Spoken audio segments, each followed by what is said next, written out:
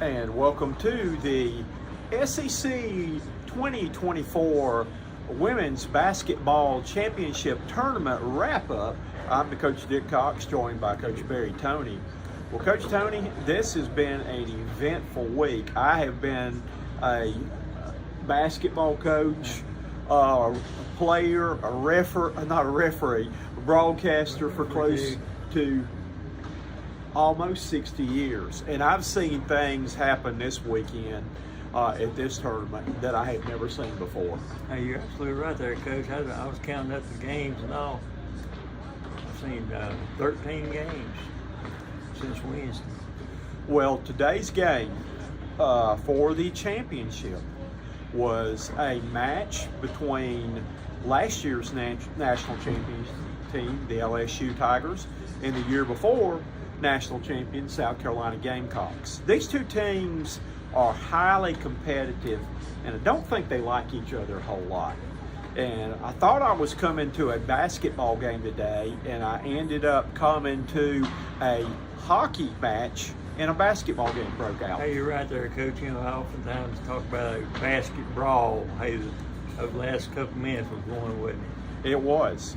And again, I think when everybody knew before the season, months before the season even started, when they knew the tournament was going to be in Greenville again, everybody expected to see LSU and South Carolina play for the conference championship as soon as the national championship game was over last year. Hey, you're right there, Coach. And isn't it ironic that, you know, for the Gamecocks to make it to this championship, Cardoso had to knock down a three-point shot to win the game.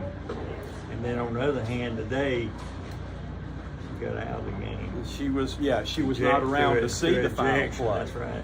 And again, going back to yesterday's game, there has just been so many stories of this weekend.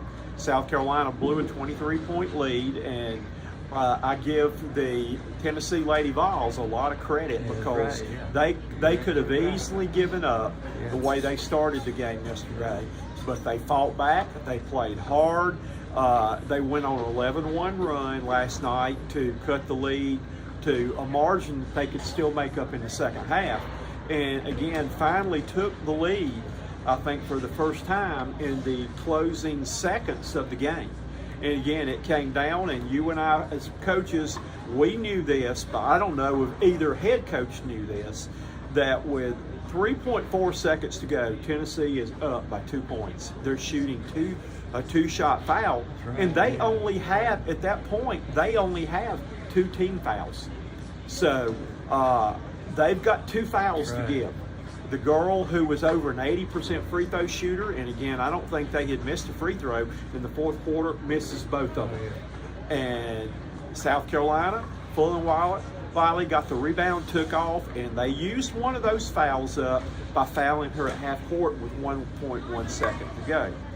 Now, all Tennessee had to do to win that game and advance them to today's championship game was to pressure the 4 players in bounds, go for a steal, and foul them going for the ball or holding them up when they try to get open.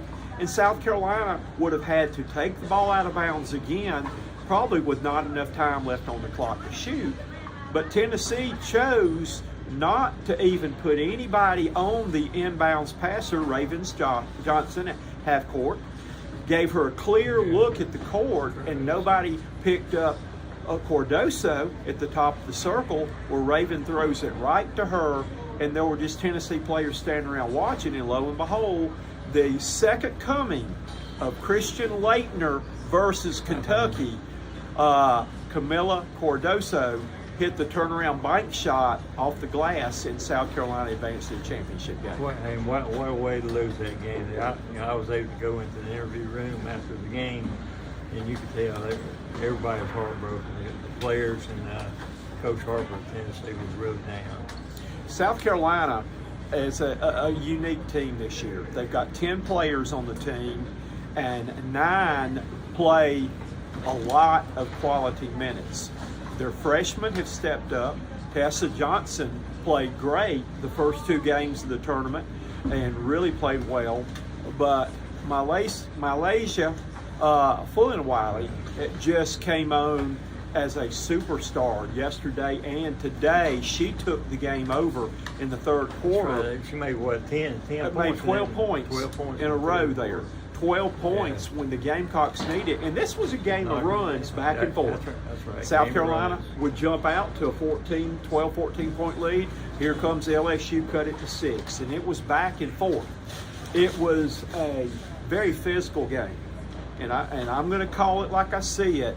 LSU played a lot of dirty basketball with a lot of forearms and a lot of things. And again, I'm calling it like I'm seeing it. This is the opinion of Cox Sports Broadcasting, not necessarily Lindy Sports. But they took a lot of cheap shots at the Gamecocks. And there was a lot of talking going on throughout the game. And the officials, with going into 2 minutes to play in the game, there had only been one foul called in the fourth quarter. And South Carolina got a key steal. Fullenwiley was going to have a breakaway layup. The LSU player grabbed her, almost put her in a headlock for an intentional foul, and all heck broke loose then, including the player's brother from LSU came running out of the stands. He got into it. Had to get secured, and it took the referee about 15 to 20 minutes to decide what all transpired. After the brawl was over, and again, I've never seen this before, 10 players were ejected. Right. South Carolina finished the game with 6 players. LSU finished the game with 5 players. South Carolina, Camila Cordoso was ejected for knocking down one of the LSU players. That was a knockdown, wasn't it? And it was. I was afraid of that because I saw the LSU player hit the ground and her feet flew up over her head. So she will be suspended for 1 game for the first round of the NCAA tournament. And there were some interesting words even in the media room. And I'm going to let you share some of what LSU had to say when they hit the podium after the game. I tell you what, first of all, I thought Coach Mulkey, she held her composure pretty good. She commended the Gamecocks on how they played, and she said they had an extremely very good team. And Angel Reese, she was on kind of the other side there. She really didn't give too much credit to the Gamecocks. And, she said they would be coming back, so it'll be interesting to see on down the road. They may be tangling again there, Coach. Coach Toney's been really kind. Angel Reese came out basically bluntly said that she ain't scared of South Carolina. She ain't scared of them one bit at all. And there were even some comments that were made in that press conference too about I wish that Cordosa had hit Angel Reese instead of the other player. Would have been interesting to see what happened with that though. But Dawn Staley took the high road. She got up the trophy presentation after the game. She apologized to everybody in the arena for what happened on the floor. It shouldn't have happened. And she was apologizing to the SEC and everybody. And she basically took the high road and all. But you can kind of see a little bit right there too. The team that's got strong discipline and the team that's kind of got a lot of free spirits. They're undisciplined there. So this game ended in a unique manner in that South Carolina cut down the nets with 6 players while the other 5 had to stay in the locker room and could not be a part of the post-game ceremonies. Did they have TVs in the locker room there, Coach? I don't think they did. Oh, so I don't believe they had them. So they may have gotten them somewhere back there, though. So again, there were a lot of those were South Carolina starters that were, because Dawn Staley plays all 10 players on the team, but they did not even get to participate in the trophy ceremonies, what were going on with that, or cutting down the nets. So it was kind of a mixed feeling for Dawn Staley and the 6 girls that got to finish the game because their teammates were now not allowed to participate. I tell you what there, Coach, like you said, hey, that was some kind of game. More so than the last couple of minutes, too, wasn't it? It was. It was going to be interesting to see if any of them girls were going to have to leave the court. But all was well in those last 2 minutes and 8 seconds. It was, and it was interesting. What I would have really loved to have seen was for one of LSU players to have fouled out and then have to finish with 4 and trying to stop a South Carolina a power play with that though. But these two teams don't like each other. When the all-tournament team was announced, the two LSU players and the one of them that instigated the brawl were booed very, very loudly by the fans, the South Carolina predominant fans. So all was not well even with the all-tournament team. South Carolina placed 2 on the all-tournament team. Unfortunately, Camila Cardoso was in the locker room and didn't get to get her award. So she didn't get to get it. But Malaysia, Fullenwiley, again, very, very good selection there, was also named to the all-tournament team, freshman. But it's going to be interesting. Again, I told Coach Toney this. We were probably watching, and I know the people in Iowa are going to whine and moan and everything.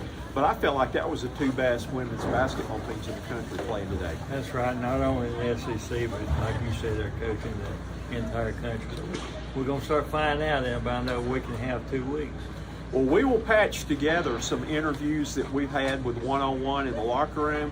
Again, I'm sad that we didn't get to go in the South Carolina locker room. They kept the doors locked after Probably what took place. Yeah. Probably a good thing, because there may have been some players wandering in the other players' locker rooms. Yeah.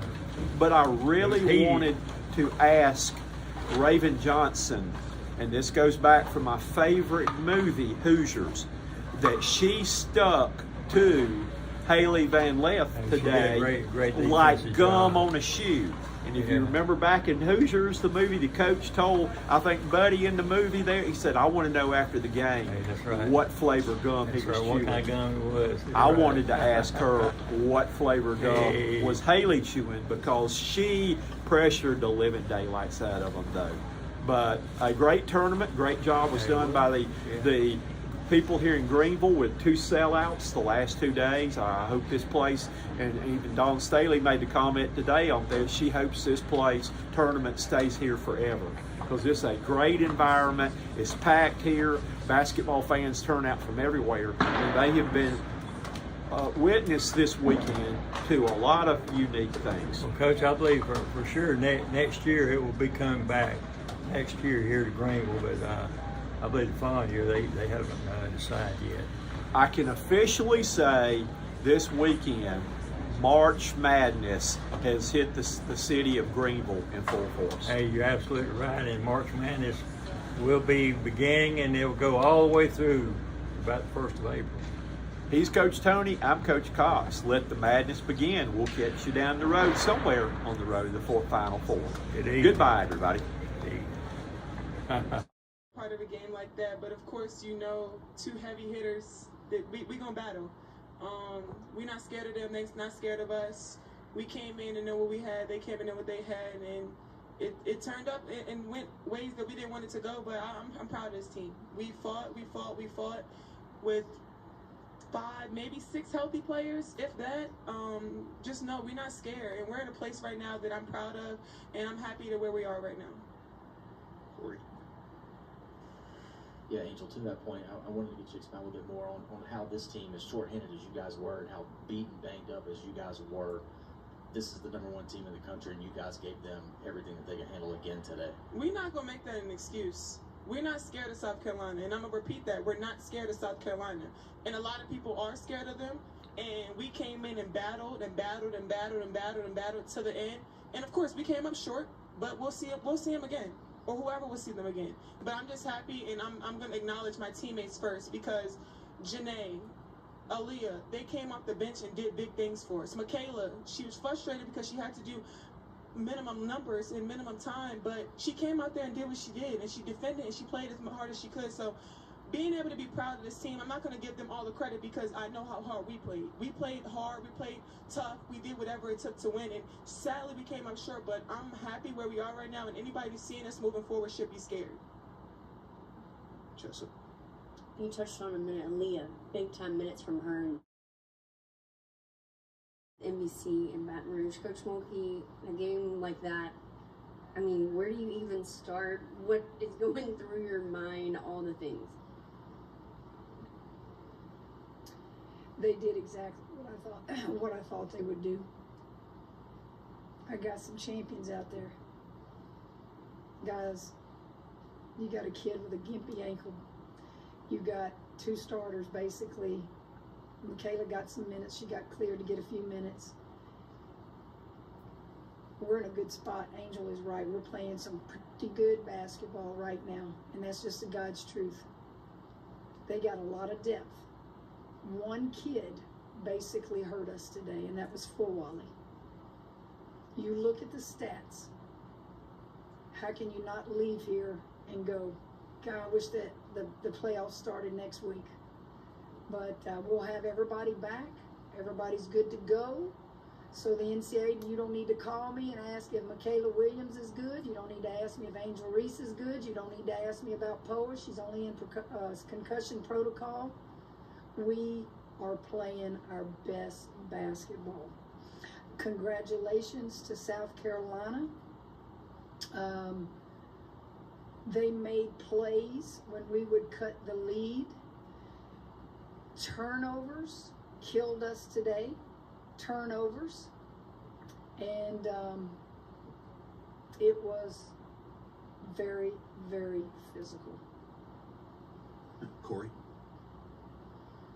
Kim, forgive me, I have to ask, just what was your vantage point of kind of what shook out there in the last couple of minutes of the game?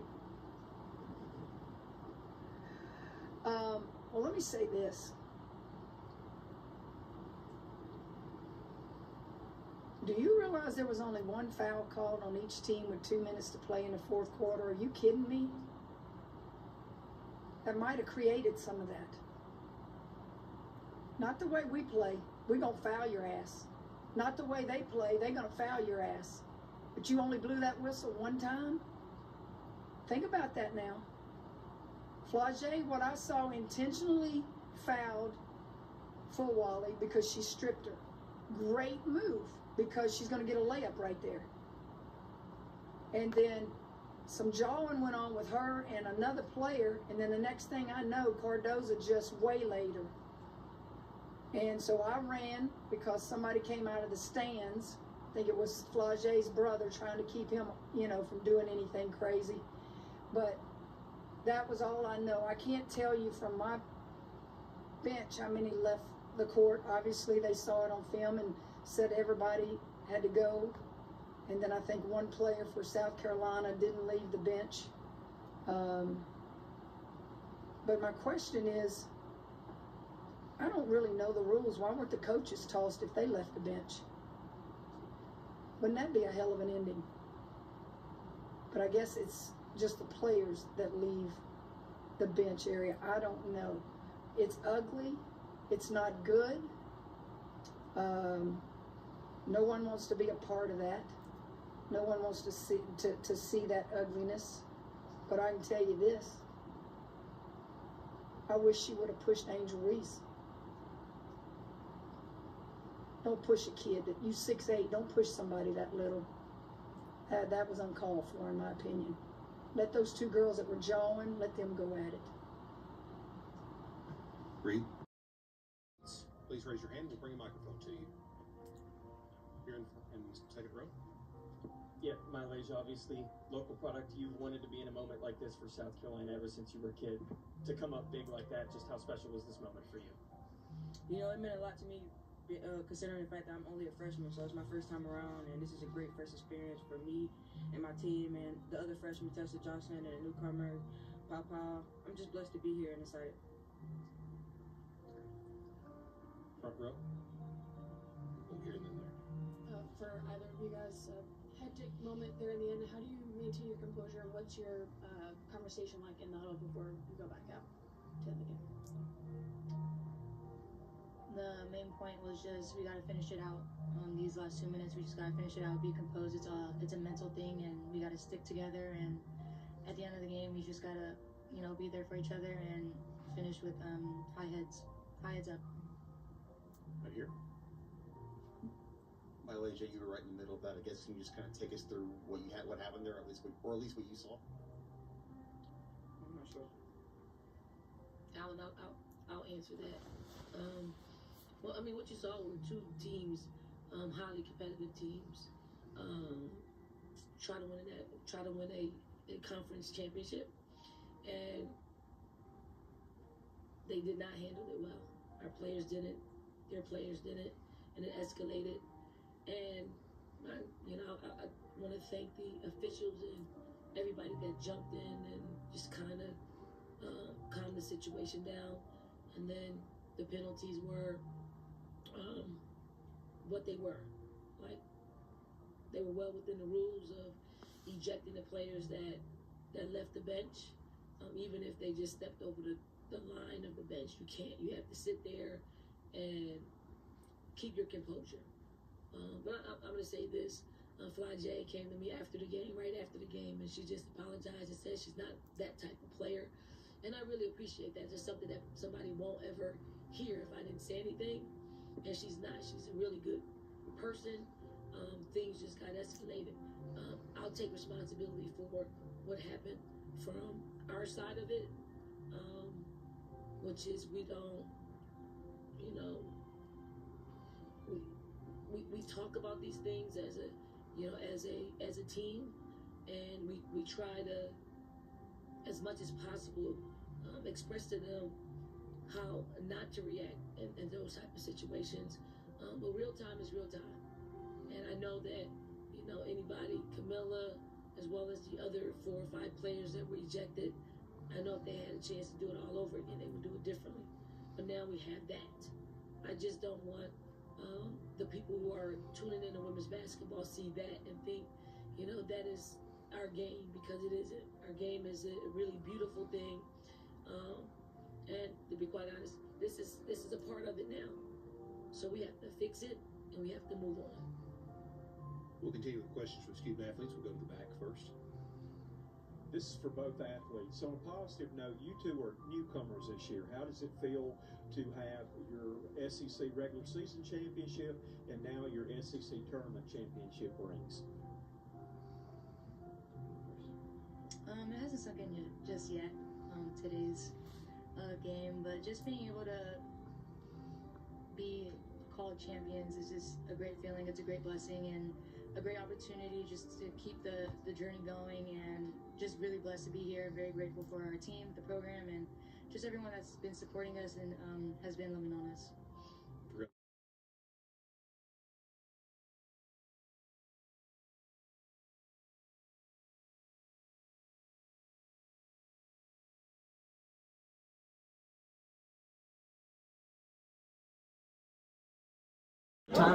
Going back, how many times have you even practiced that shot in your life right there? Is that something that maybe y'all run at the end of game situation in practice, or have you just shot around taking that shot before? How comfortable do you feel shooting that shot, final shot? Well, as y'all know, I never shot a 3 in my career, but we practice this all the time after shoot around, like with Boyer, the post players do like 10 minutes shooting and shoot from the top of the key all the time. So when I seen that was open and somebody had to make something happen, the ball ended up in my hand, so I was just like, yeah, I'm gonna shoot it. Were y'all aware that Tennessee had one more foul to give before y'all went shooting bonus? So all they had to do was go for a steal and foul you going for the ball, and y'all would have had to take it out of bounds again. Did y'all know that, or did you know you had to get a quick shot up?